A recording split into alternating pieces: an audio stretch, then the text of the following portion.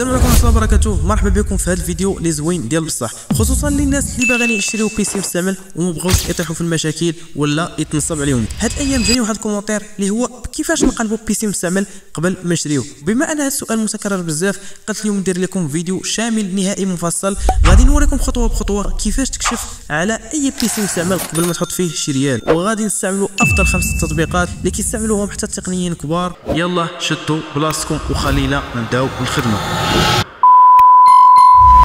غادي نمشيو دابا لاول برنامج اللي غادي نستعملوه هو سبيسي. هذا البرنامج بحال الاشعه الطبيه، بحال لاكارت ناسيونال، يعني كيكشف لك شنو مخبي الجهاز بلا ما تفتحو. اول ما غتدخل الموقع اللي غادي نخلي كاع التطبيقات اللي غادي نستعملوا في الفيديو في الوصف، غادي تدخلوا وغادي داونلود. ملي غادي تانستال معكم الاداء غادي تفتحوا الضغط عليها وغادي يخرج لكم الاداء بحال هكا، وغادي تدخلوا ليه غادي يطلع لكم الواجهه بحال هكا. يعني شنو كيوريك هذا البرنامج؟ يعني كيوريك نوع ديال البروس الحقيقي، عدد الرامات، السرعه ديالها ونوع ديالها، نوع الكارت الام هي المذر بورد، الحراره ديال الجي بي يو وحتى السي بي يو، نوع القرص ديال الاس اس دي وحتى الاتش دي دي. اول حاجه غتشوفها هي المعالج. هنا مكتوب لك اي 5 ولا اي 7 ولا الرايزن. كما انا طالع عندي رايزن 5 5600.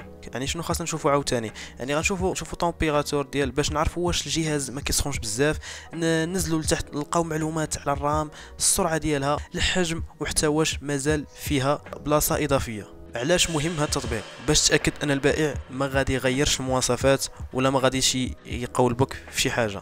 غادي نمشيو دابا للتطبيق الثاني اللي هو سي بي يو زد. يعني هذا التطبيق هذا هو واحد من الادوات التقنيه الاكثر استعمالا في العالم. علاش؟ لان كيعطيك تفاصيل دقيقه بزاف على المعالج والرام ولوحه الام وحتى الكارت الشاشه، وحنا الهدف ديالنا هو السي بي يو. اللي غادي تدخلوا غتلقاوه في الوصف، غتانستاليوه من هنا. اللي غتانستاليوه غادي يخرج لكم بحال هكا، غادي تانستاليوه نيكست نيكست نيكست نيكست نيكست. واللي غادي تانستاليوه غادي يخرج لكم بحال هكا، غادي تدخلوا ليه. ملي غتدخلوا ليه يعني شنو كيبان لينا؟ كيبان لينا سرعه ديال البروسيسور الحقيقيه، عدد النواه، الفريكونس الحقيقي اللي كيبان، واش السي بي يو مضبوط ولا ناقص.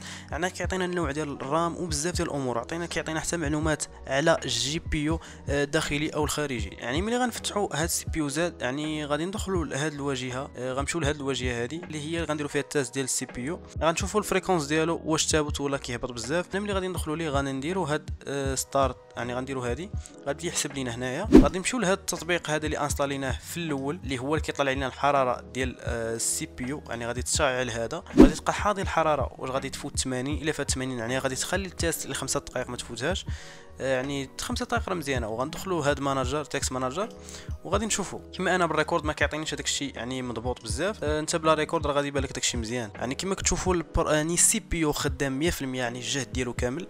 هنا كيبدا يحسب، وهنا الحراره ديال السي بي يو اللي هو رايزن 5 5600. يعني كيبدا يعطينا الحراره، كيعطينا هنا الفريكونس ديالها هنا خدام 100% في تاكس ماناجر. يعني غادي نشوفوا السرعه الحقيقيه. الا بان لينا شي تهنجات ولا بان لينا شي بلونك سكرين يعني بالزرق، ولا يعني طفى البيسي، يعرف ان السي بي يو فيه مشكل وبلا ما تشري البيسي. واش هذا التطبيق مهم؟ مهم باش نعرفوا واش السي بي يو كيخدم بقوته الطبيعيه، واش الرام اصلي ولا رخيص، واش لوحه الام من ماركات المعروفه ولا الصينيه، واش الجهاز مخلوط فيه قطع ماشي متناسقه. يعني السي بي يو زاد مهم بزاف خصوصا في البيسي مستعمل، لان بزاف ديال المبيعات كيبدلوا الرام او المعالج او كيعطيك مواصفات شي حقيقيه. مع السي بي يو زد كيعطينا جميع الفريكونس ديال البيسي كامله. وكما كتشوفوا دابا انا كنتكلم معكم وبالريكورد، يعني 100% في السي بي يو خدام. الحراره ما فارش، يعني بقات في 67 اللي هي شي حاجه مزيانه. يعني السي بي يو في حاله جيده. اللي غادي تسالي غادير ستوب باش ما تخليهاش وصافي. غادي يرجع السي بي يو كما كان على الطبيعه ديالو، وحتى في الحراره غادي تبدا تهبط. غادي نمشيو للتطبيق الثالث اللي هو هذا، غتلقاوه حتى هو في الوصف. غادي تانستاليوه. هذا هو البرنامج اللي غادي يكشف لك السر اللي مخبيه اغلبيه ديال الاجهزه المستعمله،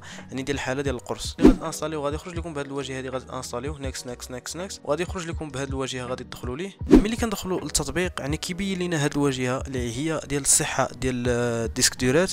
كيطلع لنا جود ولا كيسيون ولا بيت، يعني واش مزيان ولا متوسط ولا ضعيف. يعني كما انا كتشوفوا عندي كاع الديسك دورات جود، يعني مزيان مزيان مزيان مزيان كما غايبان لكم في الصوره. ملي غندخلوا لهذه الواجهه ديال التطبيق يعني شنو كيبين لنا؟ كيبين لنا الصحه ديال ديسك دورات يعني واش جود ولا كيسيون ولا باد، يعني الحراره، عدد السرعه اللي خدام بها الديسك دور، والاخطاء. غادي تشوفوا كيما انا عندي انايا جود يعني مزيان، ولا بالك مثلا شي حاجه بالليموني عرف بانه راه سيء الديسك دور، راه في حاله سيئه.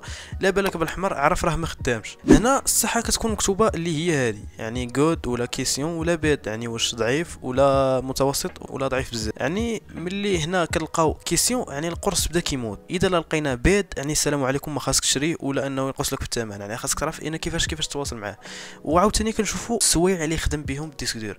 بحال دابا انا عندي هنا جود 94%، والحراره ديالو هنايا جود 25 في الحراره، جود 19 في الحراره، يعني مزيان. اساس دي حتى هو مزيان، ولكن السويع اللي ضارب اللي بزاف، شي حاجه كثيره بزاف.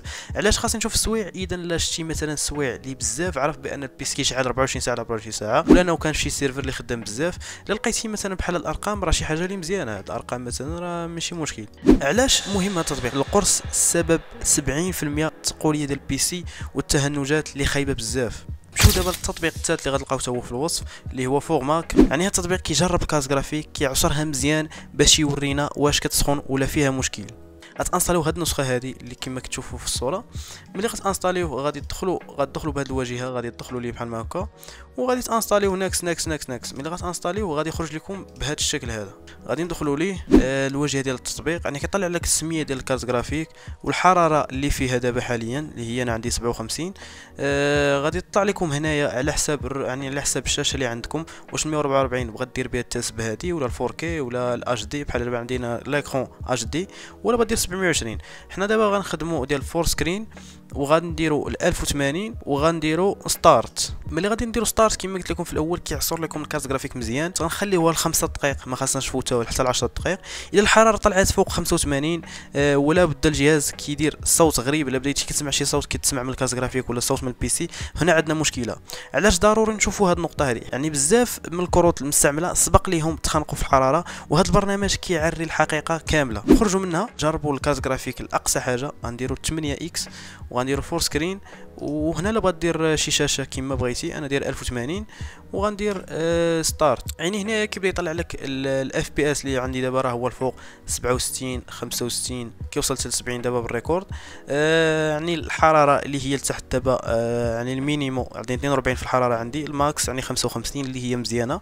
يعني غادي دير واحد ل 5 دقائق حتى ل 10 دقائق غتبقى في هاد فورمارك. الا بالك مثلا الشاشه بدات تزرق ولا طفى البي سي ولا جات شي مشكله ولا بدات كتقطع هاد العين، عرف انا مشكل في الكارت جرافيك والبي سي ما خاصك تشريه. غنمشيو للتطبيق الثالث اللي هو ميم تيست، هو تلقاو في الوصف.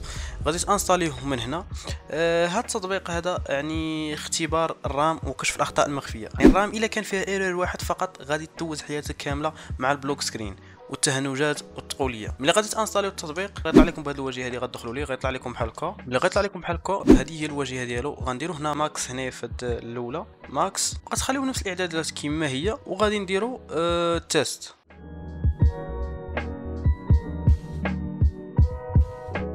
ملي كدير تيست يعني ما طلعوا ليا حتى ايرور، يعني ما طلعوا ليا حتى شي مشكل.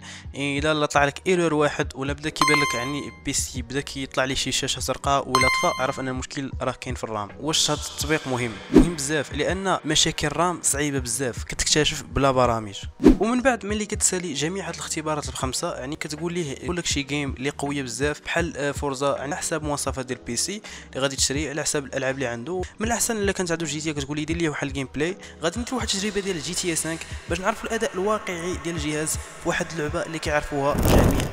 احنا دخلنا دابا الجي تي 5، غادي نمشيو للاعدادات ديال الجرافيك وغنديروا سيتينغ يعني على حساب الترا فيري هاي. الا كان بي سي واعر دير فيري هاي، كان بي سي متوسط يعني دير النورمال، كان ضعيف دير لو، يعني على حساب بي سي وعلى حساب المواصفات.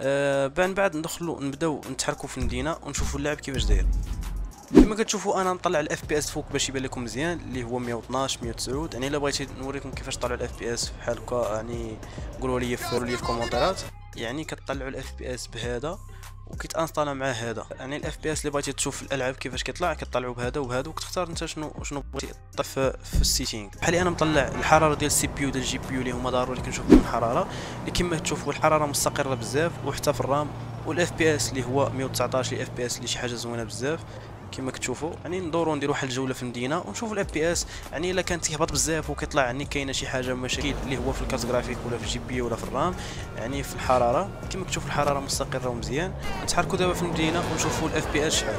كما كتشوفوا الاف بي اس في الزاويه الفوق، الا كان الاف بي اس من 50 حتى ل 90 في الاف بي اس يعني ممتاز بالنسبه للجهاز المستعمل. الا كان الاف بي اس يعني اقل بزاف مثلا بحال 30 اف بي اس، والا كان كيهبط وكيطلع الجهاز فيه اما سخونيه اما كارت شاشه اللي ضعيفه بزاف. وحتى بلا ما نبقاو نهضروا بزاف، جي تي 5 هي احسن اختبار فعلي، حيث كيتوريك كيفاش الجهاز كيتعامل مع الالعاب الحقيقيه ماشي غير في البنش مارك. اذا خلاصه واش نشري الجهاز ولا لا ملي ندير هاد الاختبارات كامله. الا دوزتي هاد الاختبارات بخمسه وجربتي جيم، يعني التطبيق الاول اللي كيعطينا مواصفات زائد الحراره، يعني التطبيق الثاني كيعطينا المعالج زائد الرام زائد لوحه الام، وحتى التطبيق الثالث كيعطينا الصحه ديال القرص اللي بحال اتش دي دي والاس اس دي.